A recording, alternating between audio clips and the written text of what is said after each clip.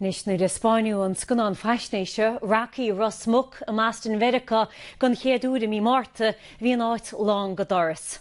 Hí an scéal ála ag fleascanán na gaiileh rinne seachtainna agus a réidir Rosmuk a gon amara, cudú fear na fáilte rih an luch a héin Sheán Ó Mainnín. Fear a chruid go chríomh bhean bhechan an dain in léide gochtú sa ceithis. Tríocha trí blian ó lasú tinte de Sheán Ó Mainnín agus é fiile Rosmuk trista bheith búilte dreid de chríomh meán bhechan gaiimúla dain in Madison Square Garden. Bhí siad lasta ríiste réir an dó. É meas go bhaintear is a phobal agus scannán faisnéise a hí leis a híhir a bhfuil grada mid an áisianta buiteige a chur ar scáileán san áit chéana ar ólam se héin a chud scilin na dornálachta blianta fad ó hin.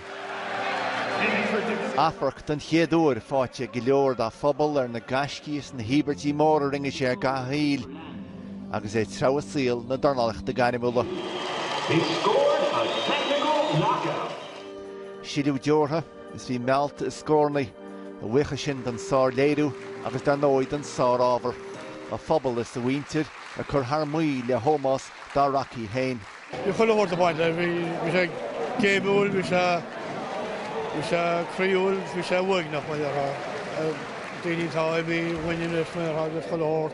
An áirtín siad a chríomh freisin tá sam bhúte muoinach ach táid go a bróda leis cínte. Well, tá sa deireadh tá. Mar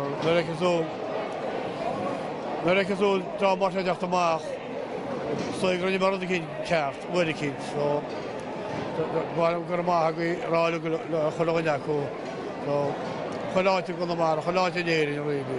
Ionta chuideog, agus móras ó go dánig an trádaine amach, ach chaidí síocht amach go cheann, mar fearintach, fearúsal, chum mé nó go bástan bháin na nachtúirtí mar chána le agus breanú seach go choine ní geiste ag muinte chuna mar a gcóna agus sprárad go Spáinú Rosmuk an nachtaibh.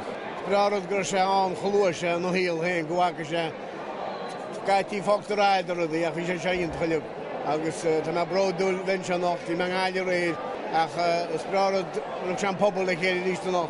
Thug sé sé a bhórthaí na smuointe mu ríist. Tá neir déileh go dtíhann ar an scannánseoig flean na gaiileh go méid se hospainte ríiste acu déadúna se thugaing. Ruaidíach na mar an nocht TG Ceir a Rosmuk.